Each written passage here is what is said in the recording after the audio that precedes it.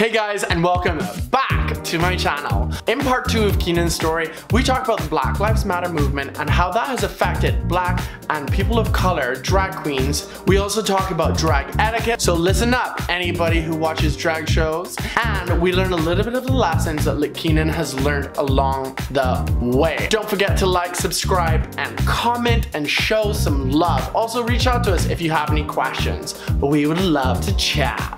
Let's dive in. Take 2.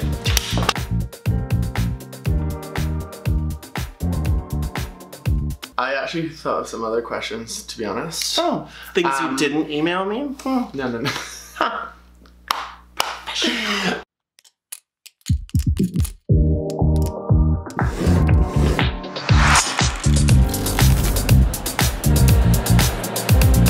I just want to talk about drag etiquette.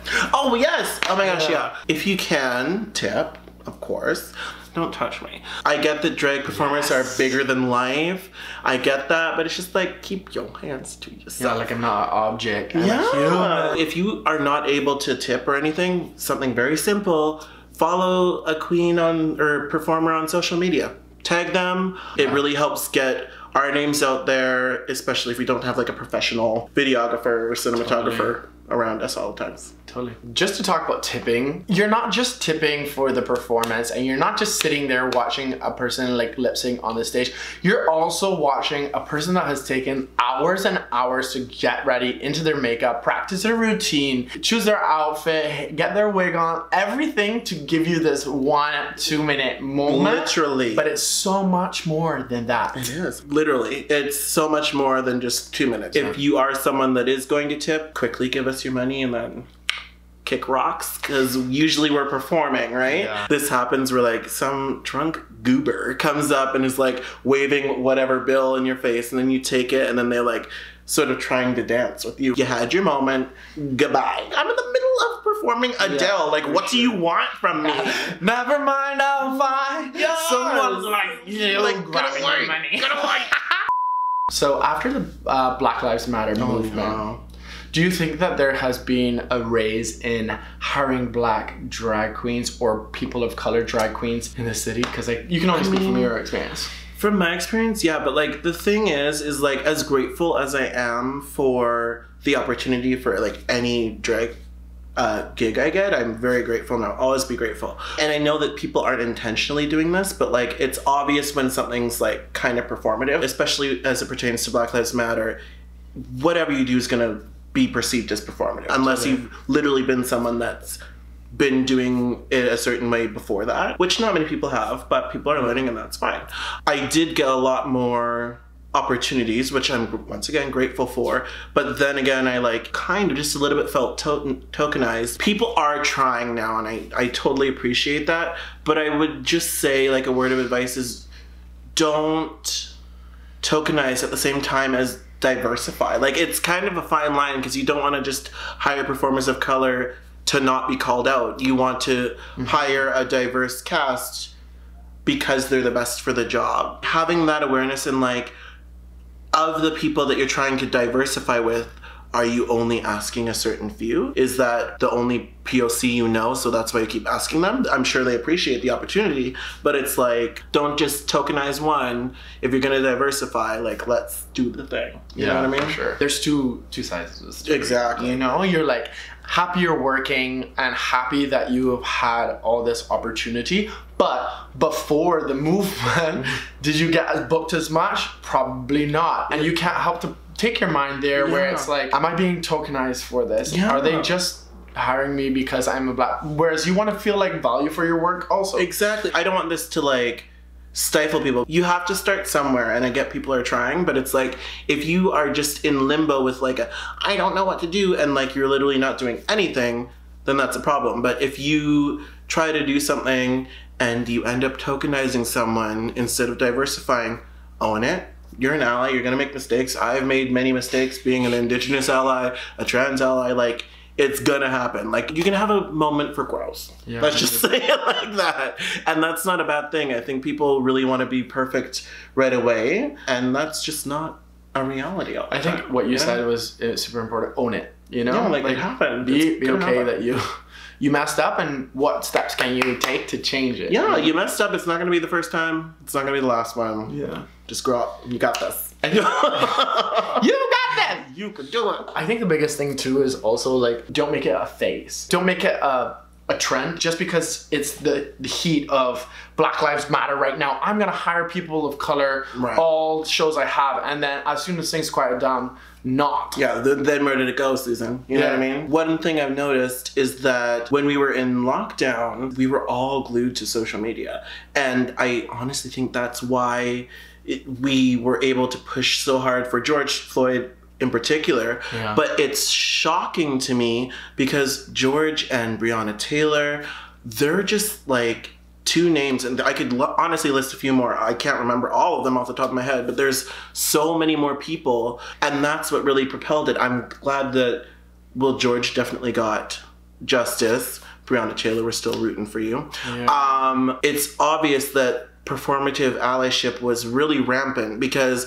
people would post the stupid black square on Instagram, and it frustrated the hell out of me because I'm just like, first of all, why? Like, posting a black image, it just makes everyone's feed black, and we can't get actual information on what's going on. Important information. And I did it, and I thought that I was doing something that was important, and then later on I found out that like it was actually a silly thing to do, and it was bombarding the algorithm for the actual, because that's how people get information about what's happening with the protests and the revolution and stuff. Once again, allies are going to make mistakes. Like 100%. It's fine. You could definitely notice, like, when things open back up again, the support dwindled. You don't need to support people of color by, like, giving them monetary compensation, even though that's great. You can sign not GoFundMe's, what's it called? Petition? Thank you. Oh my gosh, that word. Petition. We both looked at each other. Yeah, I was like, help me! You could do, like, petitions. It takes literally 3 clicks. Following Indigenous creatives, black creatives, people of color in general. It's not that hard, and I think that people only focus on like, well, I can't give money all the time. It's like, well, no one's asking you to. Like, if you are amplifying the voices of the oppressed, that's bare minimum and takes 3 seconds to like share someone's story in your Instagram story. It goes a long way. It does. My camera's gonna die. Oh no! Take 3? Yeah. I like doing that. Really, take 3! This oh my god! That's so true. So unprofessional. Yeah, I could too. But I do get the constant negativity, even though it's necessary. I do get that can be draining for people, but it's even more draining for the people of color that are literally, that's their reality. Every single day. Like, literally, it's the reality. And it's one thing for you to take that on as a non-POC ally, but I do think that non-POC allies definitely need to take more of the emotional labor on, because it's easier for someone who's white to be like, oh, like, I just need to take a step back. It's like, that's great, like, Susan, that you can take that time. No, it's not, like, we can say, oh, we're gonna take a break or whatever, but it's not quite the same, because, like, Susan can be very distanced from what's actually going on, but if a person of color is just like, oh, I'm just gonna take a break, they can be at home in like a little bit of a break, but then if you go out into the world, biases are gonna come at you, and it's just not the same, even though it's both emotional work that I respect and I totally understand, but I do think that more emotional labor needs to happen from our white allies and friends. I completely agree. I think that for me it was super eye-opening because I was kind of embarrassed about how much I actually didn't know. How much better of an ally I could be to all of my people of color friends. And the amount of education that came out at that time was unbelievable. So I think it's upon ourselves to continue to educate ourselves and continue to learn from individuals, continue to hear people's stories and what people actually go through, because the biggest gift that we can create in our own lives is empathy towards others, you know? So yeah, I have so much more to learn and so much more to grow, but I'm trying. Yeah, and it's gonna take time. It does. You're going to mess up. I'm gonna mess up. And it's just real. Okay. Thank you for sharing about those things. I think that some of those topics are not easy to talk about either, so I appreciate you being open about that and being honest and raw and authentic. I appreciate that. Thank you. So let's dive into some questions. Oh my gosh! What you've been through. What was one of the biggest lessons that you've learned and live by now? Ooh, and you wanted these answers quick. That's a Them to good you last one. The amount of just was that. See what I'm dealing with, people? You're boss. Well, one of the main ones is always know your words when you're performing in drag. I think that's literally bare minimum what a drag performer is. If you are able to throw in some death drops and some splits, power to you. Also, doing drag, it's not as like as big as a money venture as you would think. Don't go into it for the money, because there are some gigs that, yes, you do get paid quite well, but there are also some gigs that you might not. So I would say definitely don't do it to gain money and notoriety. Do it because you love to do it. I know when I started to do drag, I did the charity show every Wednesday, Full Girls. It really linked philanthropy and drag with me. So even to this day, like, I think I look at drag as a way to bring the community together as much as I can. Mm-hmm. I love that. When you're in a low place in your life, how do you take care of your mental health? I'm someone that really appreciates the art of a bath. I also sort of channel my emotions with music. I only perform songs either that I think are fun or that really get an emotional response from me. I sort of wallow a bit just because I really want to be in those emotions. After the wallowing, I'm like so sick of wallowing that it's like, I'm happy now. Don't know if that's the most healthy, but it works for me. I love this question because no one has the same answer. Yeah. I'm just like, I love how people take care of themselves, you know? Whatever works, girl. What would you say to your younger self? Just keep running. Trust yourself more. Be kinder to yourself and others. And try to be more positive. Yeah. Okay. Yeah. Love that.